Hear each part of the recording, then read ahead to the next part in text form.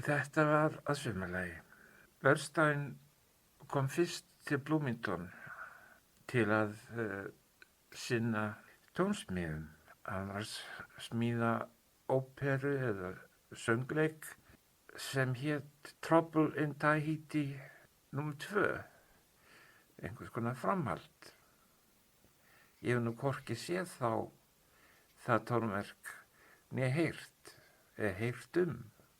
hef ekki athugað það, sanna sagna.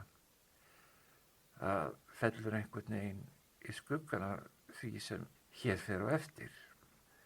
Nema Bernstein kom líka til Bloomington til þess að, endurnærast, hvíla sig og kynnast ungu fólki. Það ungt fólk voru hans ær og kýr alla tíð og þá á ég við fólk sem var að glíma við tónskáldskap og hljómsveitarstjórn.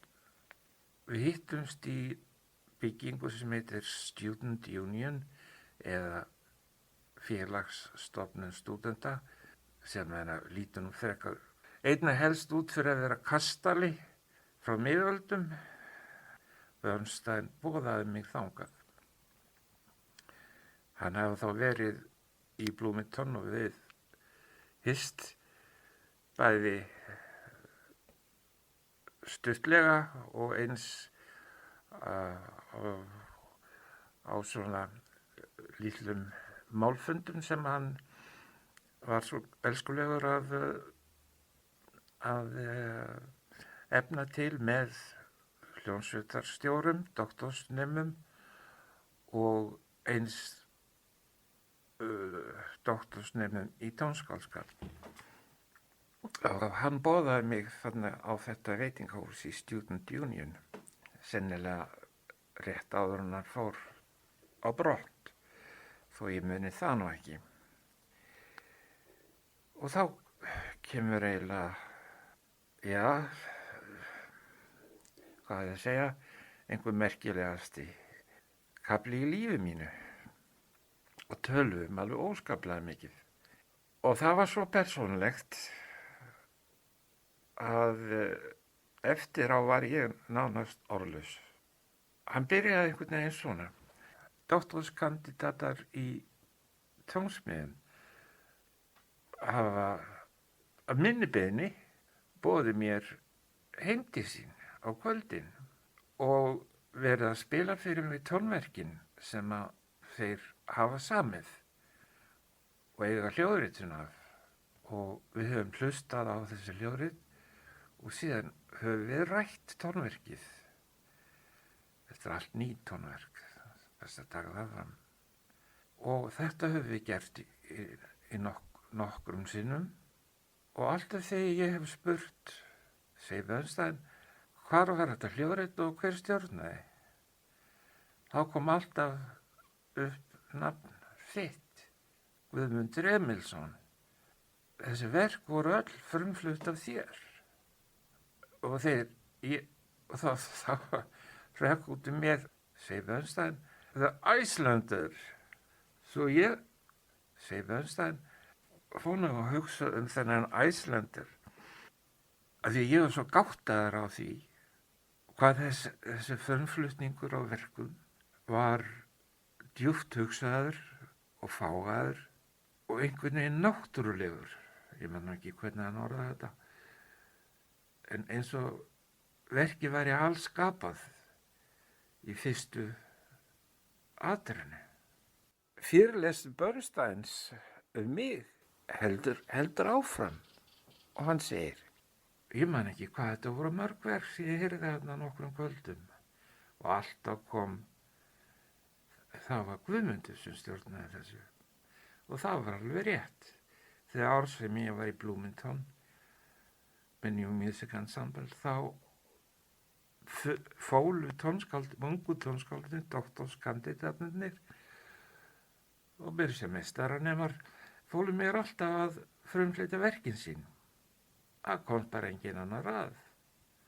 Það var svona eins og vera viðstætt við fæðingu. Að æfa þessi verk, móta þau og síðan að frumflytja þau.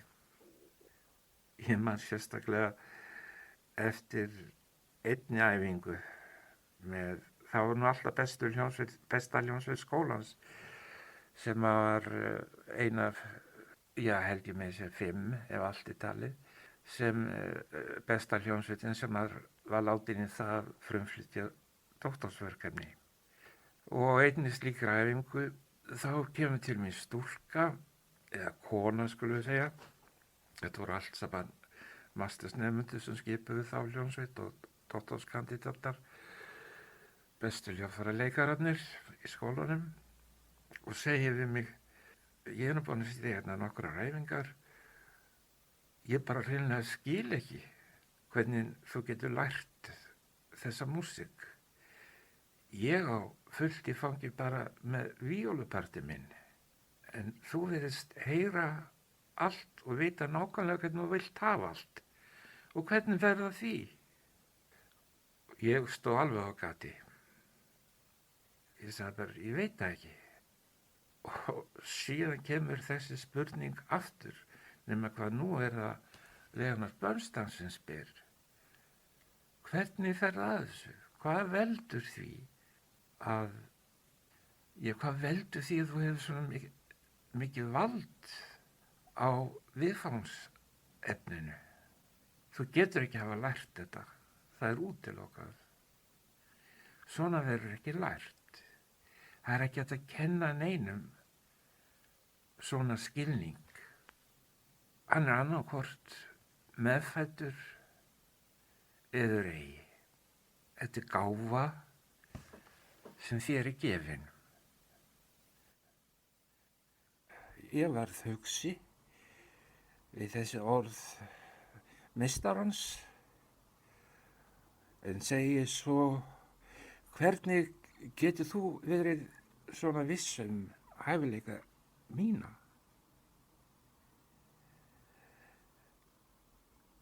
Nú var Bernstein hugsi, en sagði svo íhugull þessi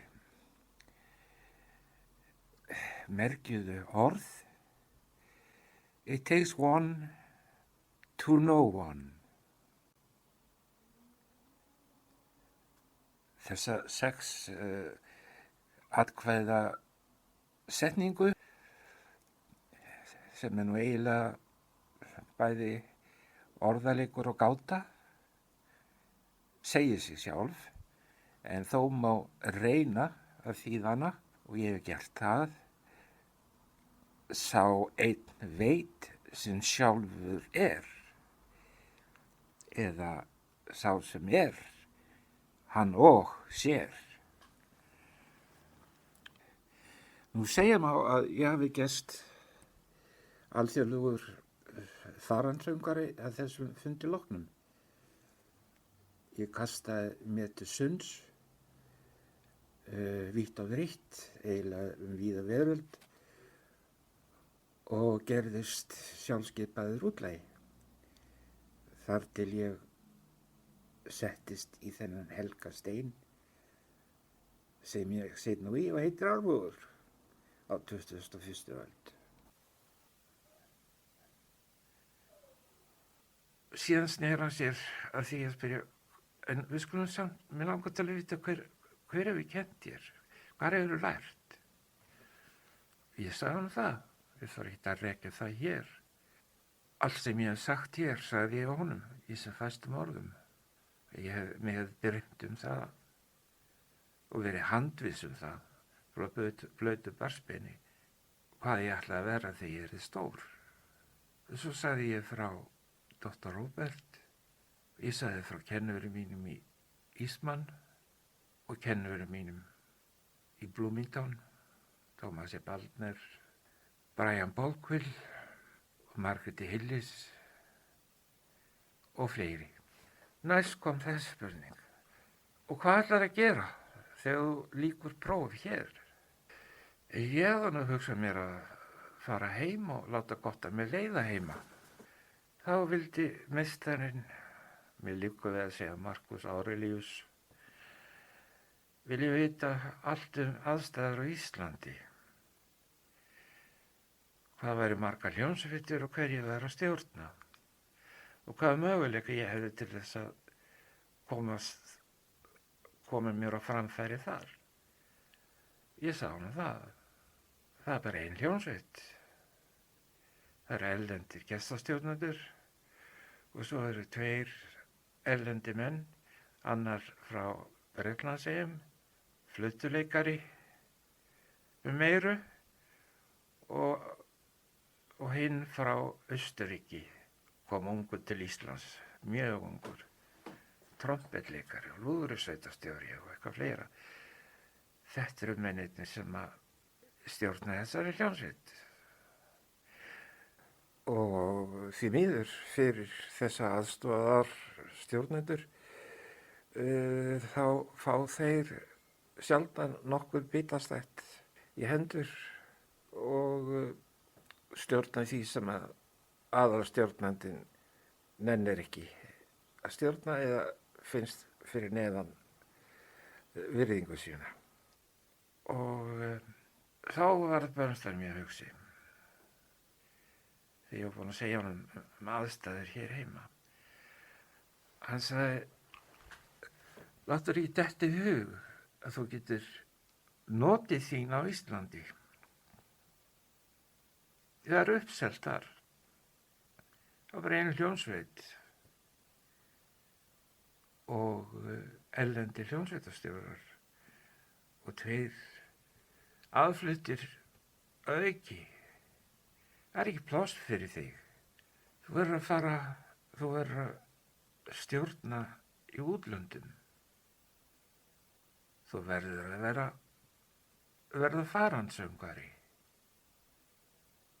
Já, en ég elska mitt land. Ég elska minningu Íslands, sögu og landið sjálft og vil hvergi annars staðar eiga heima. Já, en sagði Marcus Aurelius, við þurfum öll að eiga heim einhvers staðar. Ég var heim í New York. Ég er sjaldnast þar, en mér líður hvergi betur en heima hjá mér. Nú þarfst þú að fara að huglega það, hvernig þú kemur þér á framfæri í útlöndum, því að annars möntu koðna niður, staðan þeirra að vaxa og verða mikill hljómsveitarstjóri.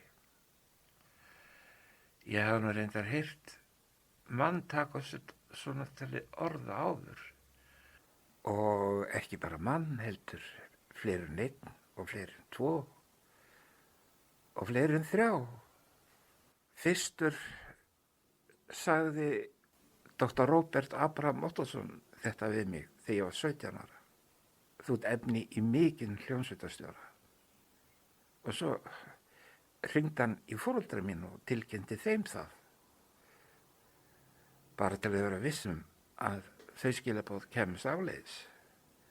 Julius Herford, sá mikli Bach-snillingur frá Berlín, sagði það sama við mig. Hann sagði, eitt góða við þetta, verður þú mikill hljómsveitarstjóri.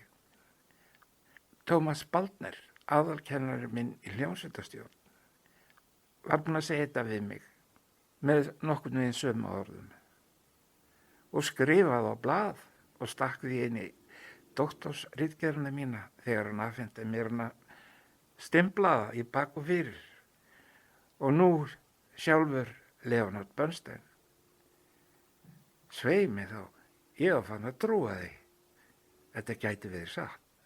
En á lokum sagði hann eftir þetta langa að mér líku við að segja eintal. Ég sagði bara já og nei á réttum stöðum. Þá segir hann, Guðmundur, ég staðráðni að hjálpa þér og koma þér á framfæri. Heimsbyggðina, og það er ekkert orðingja, hann gerði það, svo sannarlega. Og það er nú ekki lítils virði að hafa meðmælanda á borð við Leonard Bernstein í áhöfn sinni. En elsku börni mín, og aðrir sem að hlusta. Ég vona að þetta segi ykkur eiginlega kjarnan í mínu lífshlaupi. Við ljúkum þessu 15. Drangaeyjar sundi með því að hlýða á eitt þeirra verka sem Bernstein heyrði kvöld 1 í Bloomington og hreifst af flutningi. Það er eftir vin minn Mark Phillips og heitir Intrusus og það er hljóðritað í Musical Arts Center eða Óperuhúsinu í Bloomington. Njótið vel.